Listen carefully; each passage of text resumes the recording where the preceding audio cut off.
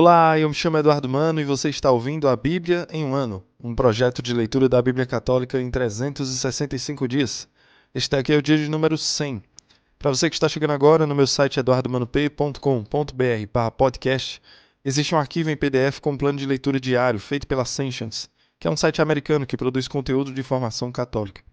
Estarei me utilizando da Bíblia Ave Maria, porque acredito que será de mais fácil acesso para você, e os comentários que farei são do Padre Mike Schmitz, além das notas das Bíblias de Estudo Católicas. Hoje iremos ler o Evangelho de São João, capítulos de 4 a 6, além de Provérbios, capítulo 5, versículos de 7 a 14. Vamos ao dia de hoje. Evangelho segundo São João, capítulos de 4 a 6. O Senhor soube que os fariseus tinham ouvido dizer que ele recrutava e batizava mais discípulos que João, se bem que não era Jesus quem batizava, mas os seus discípulos. Deixou a Judéia e voltou para a Galiléia. Ora, devia passar por Samaria. Chegou, pois, a uma localidade da Samaria, chamada Sicar, junto das terras que Jacó dera a seu filho José. Ali havia o poço de Jacó. E Jesus, fatigado da viagem, sentou-se à beira do poço. Era por volta do meio-dia. Veio uma mulher da Samaria tirar água. Pediu-lhe Jesus: dá-me de beber, pois os discípulos tinham ido à cidade comprar mantimentos. Aquela samaritana lhe disse: sendo tu judeu, como pedes de beber a mim, que sou samaritana? Pois os judeus não se comunicavam com os samaritanos. Respondeu-lhe Jesus: se conhecesses o dom de Deus, e quem é que te diz dá-me de beber, certamente lhe pedirias tu mesma, e ele te daria uma água viva. A mulher lhe replicou: Senhor, não tens com que tirá-la, e o poço é fundo. Donde tens, pois, essa água viva?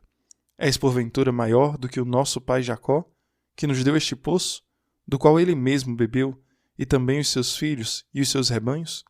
Respondeu-lhe Jesus: todo aquele que beber desta água tornará a ter sede, mas o que beber da água que eu lhe der, jamais terá sede. Mas a água que eu lhe der virá a ser nele fonte de água, que jorrará até a vida eterna. A mulher suplicou: Senhor, dá-me desta água, para eu já não ter sede, nem vir aqui tirá-la. Disse-lhe Jesus: vai, chama teu marido e volta cá. A mulher respondeu: não tenho marido. Disse Jesus: tens razão em dizer que não tens marido.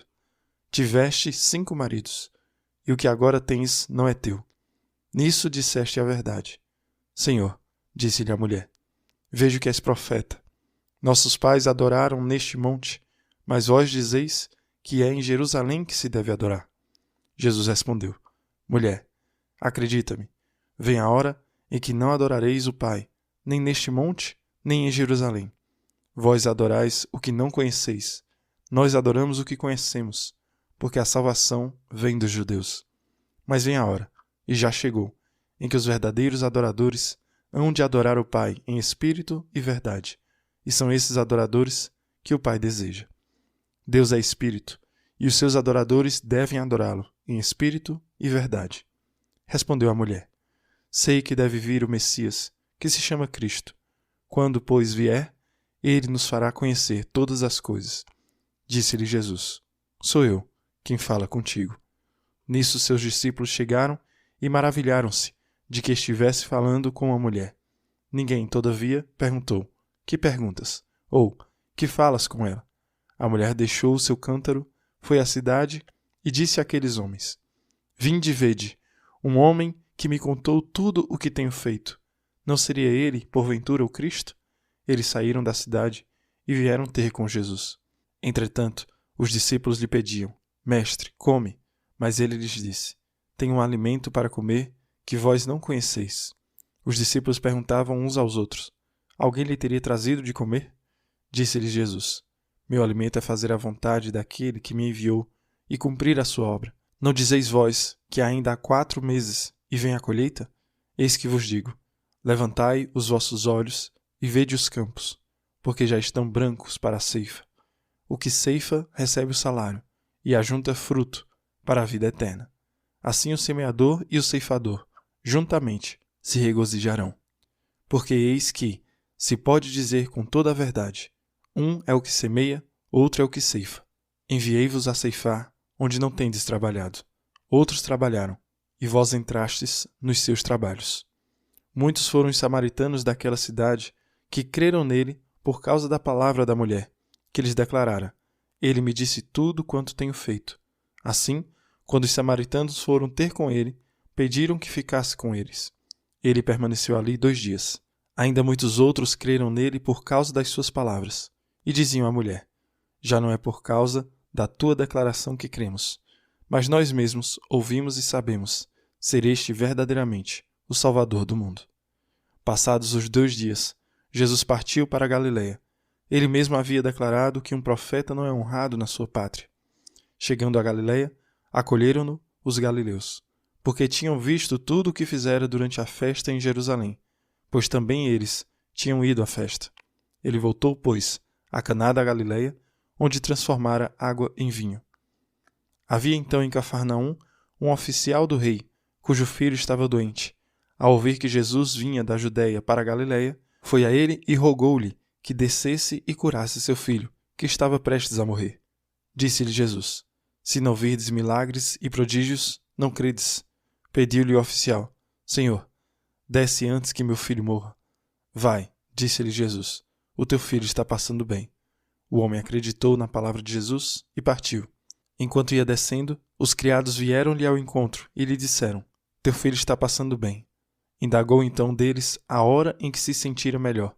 Responderam-lhe: Ontem, à 7ª hora, a febre o deixou. Reconheceu o pai ser a mesma hora em que Jesus dissera: Teu filho está passando bem. E creu tanto ele como toda a sua casa. Esse foi o 2º milagre que Jesus fez, depois de voltar da Judéia para a Galiléia. Depois disso, houve uma festa dos judeus, e Jesus subiu a Jerusalém. Há em Jerusalém, junto à porta das ovelhas, um tanque, chamado em hebraico Betesda, que tem 5 pórticos. Nesses pórticos jazia um grande número de enfermos, de cegos, de coxos e de paralíticos, que esperavam o movimento da água, pois de tempos em tempos um anjo do Senhor descia ao tanque e a água se punha em movimento. E o primeiro que entrasse no tanque, depois da agitação da água, ficava curado de qualquer doença que tivesse. Estava ali um homem enfermo, havia 38 anos. Vendo-o deitado e sabendo que já havia muito tempo que estava enfermo, perguntou-lhe Jesus: Queres ficar curado? O enfermo respondeu-lhe: Senhor, não tenho ninguém que me ponha no tanque quando a água é agitada. Enquanto vou, já outro desceu antes de mim.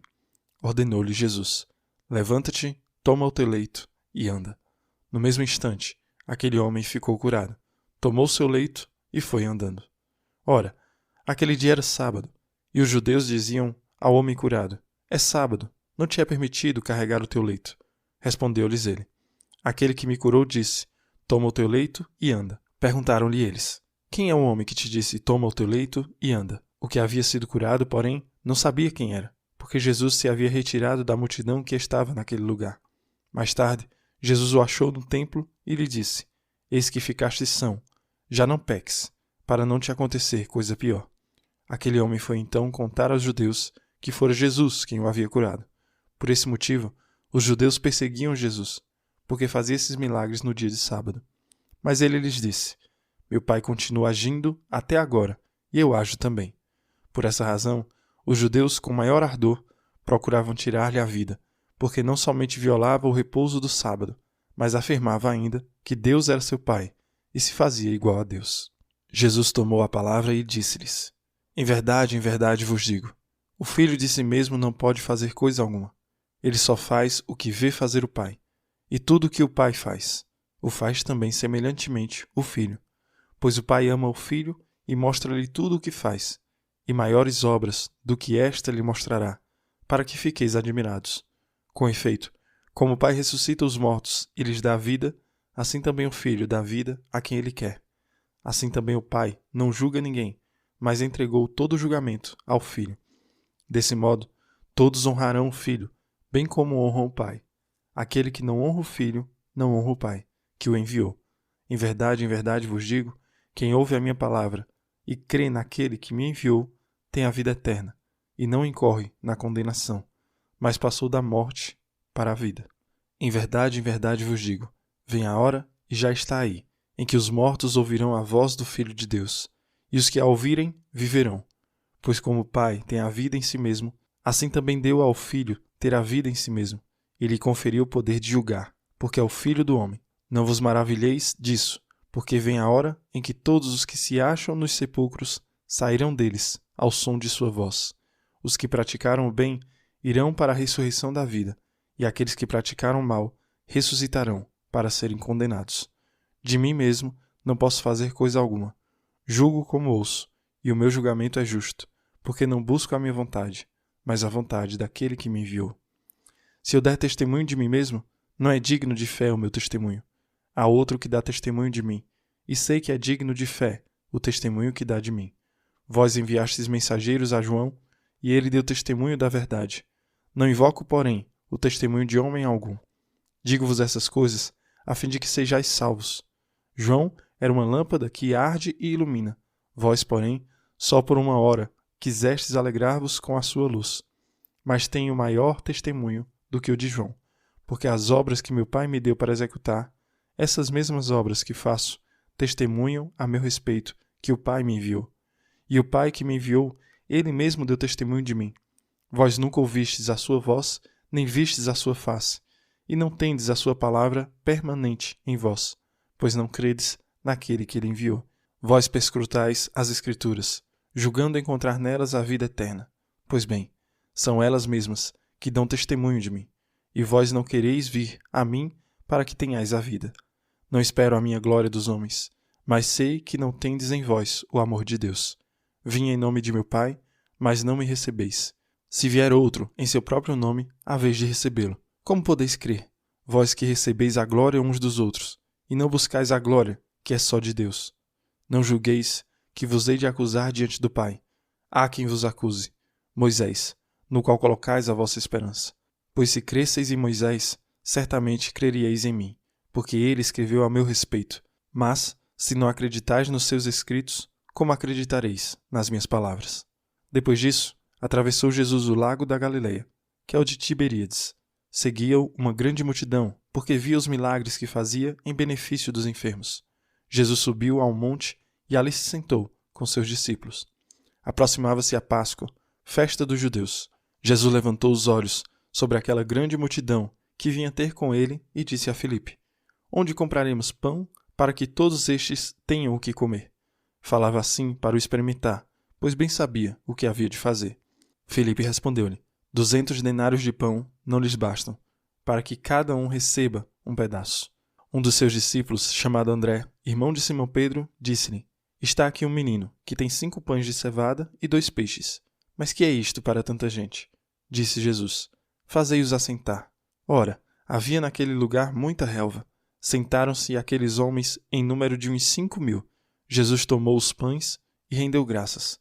Em seguida, distribuiu-os às pessoas que estavam sentadas, e igualmente, dos peixes lhes deu quanto queriam. Estando eles saciados, disse aos discípulos: Recolhei os pedaços que sobraram, para que nada se perca. Eles os recolheram, e dos pedaços dos 5 pães de cevada que sobraram, encheram 12 cestos. À vista desse milagre de Jesus, aquela gente dizia: Este é verdadeiramente o profeta que há de vir ao mundo. Jesus, percebendo que queriam arrebatá-lo e fazê-lo rei, tornou a retirar-se, sozinho para o monte. Chegada a tarde, os seus discípulos desceram à margem do lago. Subindo a uma barca, atravessaram o lago rumo a Cafarnaum. Era já escuro, e Jesus ainda não se tinha reunido a eles. O mar, entretanto, se agitava, porque soprava um vento rijo. Tendo eles remado uns 25 ou 30 estádios, viram Jesus, que se aproximava da barca, andando sobre as águas, e ficaram atemorizados. Mas ele lhes disse: Sou eu, não temais. Quiseram recebê-lo na barca, mas pouco depois a barca chegou ao seu destino. No dia seguinte, a multidão que tinha ficado do outro lado do mar percebeu que Jesus não tinha subido com seus discípulos na única barca que lá estava, mas que eles tinham partido sozinhos. Nesse meio tempo, outras barcas chegaram de Tiberíades, perto do lugar onde tinham comido o pão, depois de o Senhor ter dado graças. E, reparando a multidão que nem Jesus nem os seus discípulos estavam ali, entrou nas barcas e foi até Cafarnaum, à sua procura. Encontrando-o na outra margem do lago, perguntaram-lhe: Mestre, quando chegaste aqui? Respondeu-lhes Jesus: em verdade vos digo, buscais-me, não porque vistes os milagres, mas porque comestes dos pães e ficastes fartos. Trabalhai, não pela comida que perece, mas pela que dura até a vida eterna, que o Filho do Homem vos dará, pois nela Deus Pai imprimiu o seu sinal. Perguntaram-lhe: que faremos para praticar as obras de Deus? Respondeu-lhe Jesus: a obra de Deus é esta, que creiais naquele que ele enviou. Perguntaram eles: que milagre fazes tu, para que o vejamos e creiamos em ti? Qual é a tua obra? Nossos pais comeram maná no deserto, segundo o que está escrito: deu-lhes de comer o pão vindo do céu. Jesus respondeu-lhes: em verdade vos digo, Moisés não vos deu o pão do céu, mas o meu Pai é quem vos dá o verdadeiro pão do céu. Porque o pão de Deus é o pão que desce do céu e dá vida ao mundo. Disseram-lhe: Senhor, dá-nos sempre deste pão. Jesus replicou: eu sou o pão da vida. Aquele que vem a mim não terá fome, e aquele que crê em mim jamais terá sede. Mas já vos disse: vós me vedes e não credes. Todo aquele que o Pai me dá virá a mim, e o que vem a mim não lançarei fora, pois desci do céu não para fazer a minha vontade, mas a vontade daquele que me enviou. Ora, esta é a vontade daquele que me enviou, que eu não deixe perecer nenhum daqueles que me deu, mas que os ressuscite no último dia. Esta é a vontade de meu Pai, que todo aquele que vê o Filho e nele crê tenha a vida eterna, e eu o ressuscitarei no último dia. Murmuravam então dele os judeus, porque dissera: eu sou o pão que desce do céu. E perguntavam: porventura não é ele Jesus, o filho de José, cujo pai e mãe conhecemos? Como, pois, diz ele: desci do céu? Respondeu-lhes Jesus: não murmureis entre vós. Ninguém pode vir a mim se o Pai que me enviou não o atrair, e eu hei de ressuscitá-lo no último dia. Está escrito nos profetas: todos serão ensinados por Deus. Assim, todo aquele que ouviu o Pai e foi por ele instruído vem a mim. Não que alguém tenha visto o Pai, pois só aquele que vem de Deus, esse é que viu o Pai. Em verdade vos digo, quem crê em mim tem a vida eterna. Eu sou o pão da vida. Vossos pais no deserto comeram maná e morreram. Este é o pão que desceu do céu, para que não morra todo aquele que dele comer. Eu sou o pão vivo que desceu do céu. Quem comer deste pão viverá eternamente, e o pão que eu hei de dar é a minha carne para a salvação do mundo. A essas palavras os judeus começaram a discutir, dizendo: como pode este homem dar-nos de comer a sua carne? Então Jesus lhes disse: em verdade vos digo, se não comerdes a carne do Filho do Homem e não beberdes o seu sangue, não tereis a vida em vós mesmos. Quem come a minha carne e bebe o meu sangue tem a vida eterna, e eu o ressuscitarei no último dia. Pois a minha carne é verdadeiramente uma comida, e o meu sangue verdadeiramente uma bebida. Quem come a minha carne e bebe o meu sangue permanece em mim e eu nele.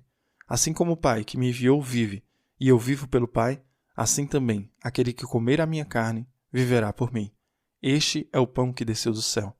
Não como o maná, que vossos pais comeram e morreram.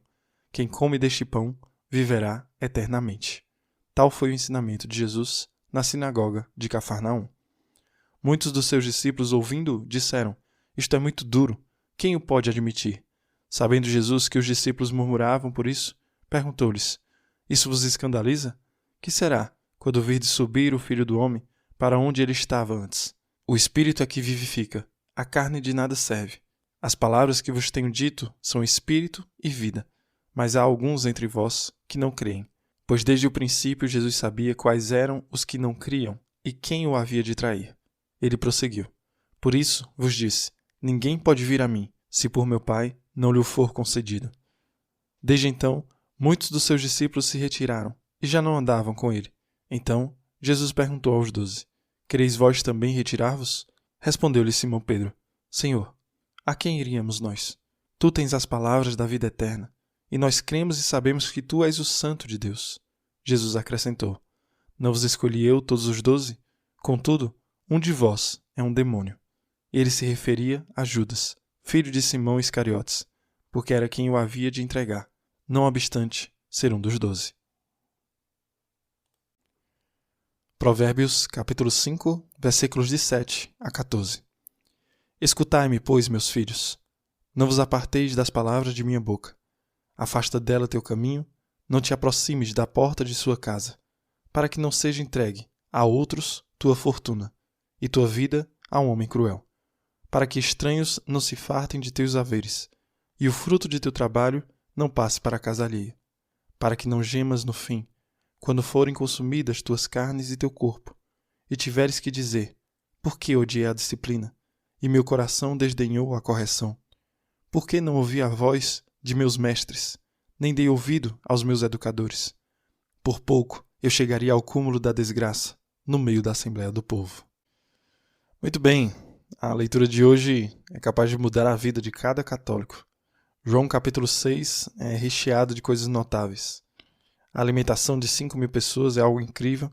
Jesus andando sobre as águas do Mar da Galileia. Então chegamos onde todas essas 5.000 pessoas estão se perguntando quem é Jesus. Jesus vê chegando e basicamente diz: você não está aqui porque acredita em mim. Você está aqui porque foi alimentado e quer mais comida. O fato de eu ter te alimentado ontem com 5 pães e 2 peixes não o convenceu a acreditar em mim. Porque se você acreditar, é isso que você terá que fazer. Você vai perceber que não só eu sou o enviado do Pai, mas também, se você quer ter vida, eis o que você precisa fazer. Você tem que reconhecer que eu sou o verdadeiro pão que desceu do céu. Claro, nesse momento as pessoas murmuram muito, mas Jesus deixa muito claro. No versículo 51 do capítulo 6 ele diz: eu sou o pão vivo que desceu do céu. Lembra do maná, lá no Antigo Testamento? O maná foi providencial, mas Jesus continua: quem comer deste pão viverá eternamente, e o pão que eu hei de dar é a minha carne para a salvação do mundo. Isso é um ponto incrível. Por quê?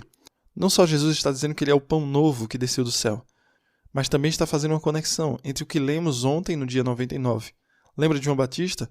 Comia insetos, provavelmente tinha uma bengala e andava vestido com um manto de pelo de camelo. Aquele homem disse: eis o Cordeiro de Deus que tira o pecado do mundo. Lembre-se disso. O que aconteceria se você comesse a carne do Cordeiro sendo um israelita? Você receberia liberdade e vida. Você teria que comer a carne do Cordeiro. Seria marcado o sangue do Cordeiro e você receberia liberdade e vida. Jesus está dizendo tão claramente aqui que se você comer o pão do céu, que é a carne de Jesus, o que você terá? Liberdade e vida. Muitas pessoas pensam que Jesus está sendo simbólico. Muitas pessoas pensam que Jesus está sendo figurativo quando fala sobre sua carne. Mas o versículo 52 do capítulo 6 diz: a essas palavras, os judeus começaram a discutir, dizendo: como pode este homem dar-nos de comer a sua carne? Não parece que os judeus estavam levando ele em sentido figurativo. Estão levando Jesus em sentido literal. Se Jesus quisesse corrigi-los, essa era a hora, mas ele não faz. Do versículo 53 ao 58, Jesus reitera 5 vezes que você deve comer a carne e beber o sangue. Jesus continua dizendo: quem come a minha carne e bebe o meu sangue tem a vida eterna. E se você não comer minha carne e beber o meu sangue, você não terá a vida em você mesmo. Jesus reitera 5 vezes. Quando os judeus o levam a sério, Jesus confirma pelo menos 5 vezes que sim, ele é assim. É exatamente o que ele está dizendo. Então os judeus se ofendem com isso. Agora leiamos os versículos 66. Desde então, muitos dos seus discípulos se retiraram e já não andavam com ele. Este é o ensinamento sobre a Eucaristia. O que acontece na missa? O pão e o vinho tornam-se literalmente o corpo, o sangue, a alma e a divindade de nosso Senhor Jesus Cristo. Nós não inventamos isso recentemente. Dizemos isso porque foi ele quem disse. De fato, na última ceia, Jesus não diz: isto é como o meu corpo. Ele não diz: isto é como o meu sangue. Também não diz que é um símbolo do meu sangue, um símbolo do meu corpo. O que Jesus diz é: este é o meu corpo. Isto é o meu sangue.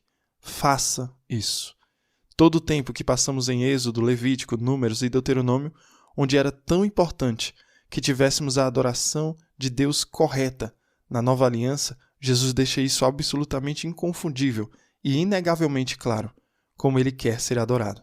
Tomem isto, todos vocês, e comam, pois este é meu corpo. Faça isto, em memória de mim. Tomem este cálice, todos vocês, e bebam dele, pois este é o cálice do meu sangue, o sangue da nova e eterna aliança. Beba dele, em memória de mim, para o perdão dos pecados. Jesus deixa absolutamente claro. E ainda, muitos de seus seguidores se afastaram. Na verdade, esta é a única vez em todo o Evangelho em que os discípulos de Jesus o abandonam por um ensinamento que ele oferece. Há pessoas que o abandonam por medo, por vergonha, por constrangimento ou por ganância, mas esta é a única vez que alguém deixou Jesus por algo que ele ensinou. Sobre o que era aquele ensinamento? Que na missa, o que temos é verdadeiramente o corpo, sangue, alma e divindade de Jesus. As apostas são altas. Centenas, talvez até milhares de discípulos se afastam de Jesus. Jesus então se volta para os apóstolos e ele não diz, vocês fiquem aqui, não é bem assim, não vão a lugar nenhum, eu vou explicar. Não, Jesus pergunta aos apóstolos, quereis vós também retirar-vos? Jesus está basicamente dizendo, todo mundo pode me deixar, porque esse é um ensinamento que eu não vou mudar. Não podemos mudar o ensino. A Eucaristia realmente é o corpo, sangue, alma e divindade de Jesus. A resposta de Simão Pedro diz muito para nós. Pedro não age como se entendesse.